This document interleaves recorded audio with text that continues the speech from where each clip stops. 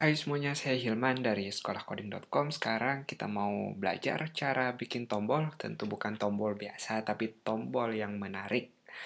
Langsung aja di sini saya udah nyiapin satu file HTML dan kita style CSS-nya langsung aja di sini biar kita nggak perlu pindah-pindah halaman. Yang pertama kita sediain dulu tombolnya, teman-teman boleh pakai input type, boleh pakai button, pakai div. Tapi yang paling gampang saya pakai tag A aja biar dia ada efek kayak ke linknya langsung. Yang pertama misalnya tombol berhasil, jadi kita akan bikin beberapa tombol biar kita bisa lihat perbedaannya di masing-masing CSS. Lalu tombol warning atau tombol berbahaya misalnya.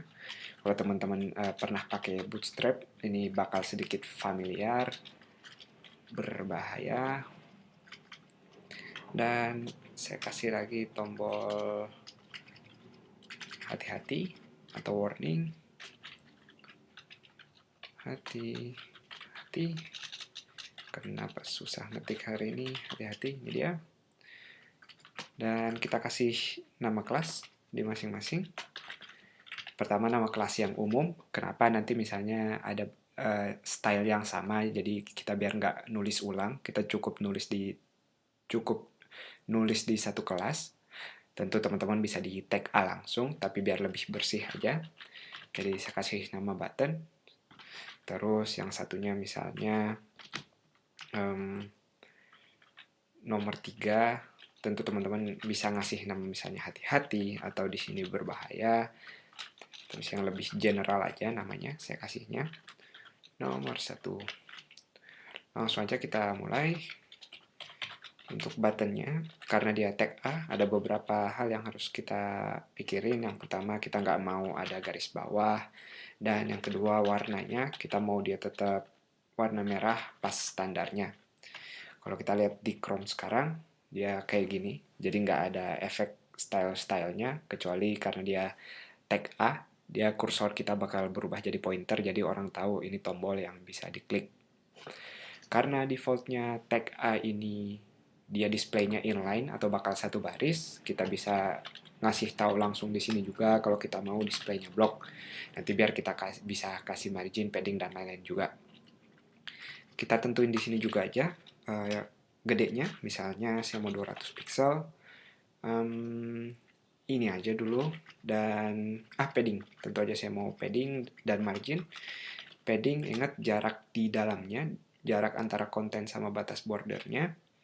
Paddingnya saya kasih 5 pixel untuk atas bawah dan sedikit lebih gede di sampingnya yaitu 10 pixel. Dan margin jarak antar elemennya atau jarak di luarnya biar nggak terlalu nempel saya kasih 10 pixel. Kalau kita pindah ke Chrome sekarang udah lebih bagus, tentu bisa lebih bagus lagi. Satu lagi saya lupa, sebelum kita pindah ke khas tombolnya saya kasih text line center dulu biar dia bakal ke tengah. Fontnya kita gedein lagi aja, saya kasih 24 pixel. Lanjut lagi, kita udah punya nama kelas nomor 1, nomor 2, dan nomor 3. Dimana yang nomor 1 kita mau dia tombol sukses. Jadi kita bisa cari warna-warna yang adem atau yang berhasil gitu. Saya ambil, ini kurang cerah kayaknya. Ini aja yang saya ambil. Tentu kita harus bilang warna backgroundnya. Lalu warnanya, karena dia udah punya warna background nanti, kita ubah aja yang dari hitam, kita jadiin putih semuanya.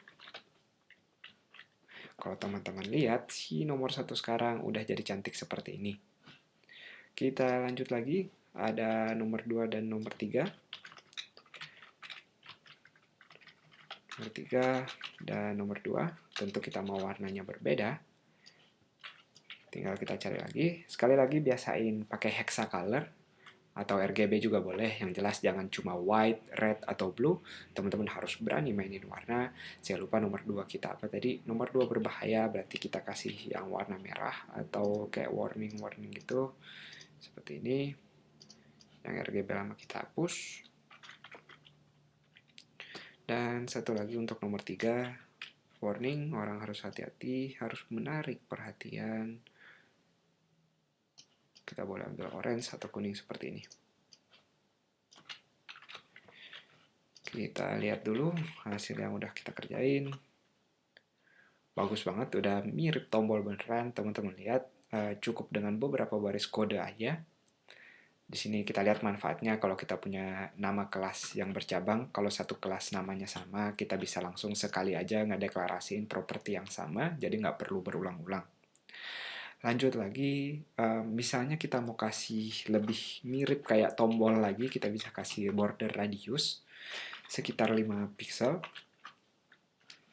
Kalau kita lihat di Chrome, teman-teman bisa lihat buletannya di sini. Kalau mau lebih gede lagi, saya ambil yang ekstrim aja, contohnya 15 pixel. Tentu tergantung tema keseluruhan websitenya, dicocokin jangan sampai nggak pas sama elemen lainnya, harus pas. Saya ambil 10 pixel di pertengahan tadi. Teman-teman lihat udah seperti tombol. Masih banyak yang bisa kita lakuin. Dan kalau teman-teman lihat, salah satu efek yang kita punya sekarang baru pointernya berubah ketika kita berada di atas tombol. Idenya kita bisa ubah transparansinya, misalnya kita kasih efek hover. Jadi kalau saya tambahin RGBA di sini untuk alpha kanal atau untuk transparansinya, misalnya yang pertama transparansinya 0,7. Lalu ketika kita hover, kita mau dia jadi full warna, jadi yang tadinya nggak terlalu terang, jadi terang. Kita liatin aja biar jelas maksudnya. Semoga teman-teman bisa lihat. Jadi kita punya efek, user tahu, sekarang kita berada di satu tombol. Lanjut lagi, kita lakuin hal yang sama dengan keduanya. Teman-teman tinggal ganti alpha kanalnya, sekali lagi tinggal ditambahin A, lalu parameter keempat, dan angkanya antara 0 sampai 1, pisahinnya jangan pakai koma tapi pakai titik. Yang hovernya tadi ini udah, saya kasih satu efek yang lain aja di nomor 2. Bukan pas hover, kali ini kita akan belajar sedikit tentang box shadow atau bayangan di bawah. Jadi kadang tombol juga kalau nggak flat-flat banget, kita punya bayangan di bawahnya, kita bisa pakai properti box shadow. Jadi di box shadow ini ada beberapa parameter. Yang pertama efek horizontalnya. Jadi arah bayangannya misalnya saya kasih 0 karena saya cuma mau ke bawah aja. Saya cuma mau vertikal, vertikal kita taruh di yang kedua. Saya kasih 4 pixel. Lalu yang kedua blurnya, segede apa blurnya. Kalau mau tajam tentu ambil 1 pixel atau 0. Saya kasih 3 pixel aja, agak blur dikit. Lalu yang kedua yang mirip sama blur, tapi namanya spread sekarang. Spread ini lebih ke semuanya, jadi sekitar efek sekitarnya nanti. Saya nggak mau terlalu pusing spreadnya, saya biarin 0. Lalu yang tentu yang penting warnanya. Saya ambil warna hitam aja, karena nanti dia ngeblur, dia bakal jadi kayak warna abu-abu. Dan parameter yang berikutnya opsional, nanti kita lihat. Kita lihat dulu. Yang nomor 2, teman-teman lihat, tombol saya sekarang udah punya bayangan. Efeknya, sekali lagi, kalau teman-teman nggak terlalu suka warnanya, kalau terlalu kontras misalnya, kita bisa ambil yang warna abu-abu dikit.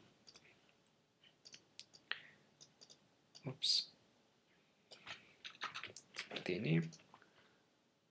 Teman-teman lihat jadi lebih halus, nggak terlalu kasar jadinya. Dan satu lagi, parameter terakhir, kalau yang tadi efeknya defaultnya dia bayangannya di luar, kalau teman-teman mau di dalam, teman-teman tinggal tulis inset di sini. Seperti ini. Tentu kita harus dibalik jadinya, horizontal vertikalnya harus dipas-pasin, jangan dibiarin kayak gini. Saya biarin lagi ke offset sebelumnya, biar dia kayak normal. Apalagi yang bisa kita lakuin di sini? Tapi ide tombolnya sendiri saya rasa cukup jelas. Biasanya kalau teman-teman pakai div, terus ada bordernya, biasanya dia nggak bisa diklik bagian ujung-ujungnya. Tapi kalau kita pakai tag A dari awal, tag A sendiri, kita dari sebelah manapun dia udah bisa diklik. Jadi user nggak perlu ke teksnya, tapi dari pinggir juga udah bisa.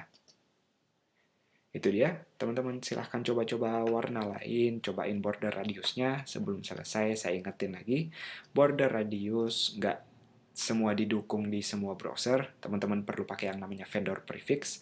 Misalnya untuk Firefox, pakai Moz, lalu ada Opera untuk O, MS, Internet Explorer, WebKit, Safari, dan Chrome. Itu dia, semoga jelas. Sampai jumpa di video berikutnya.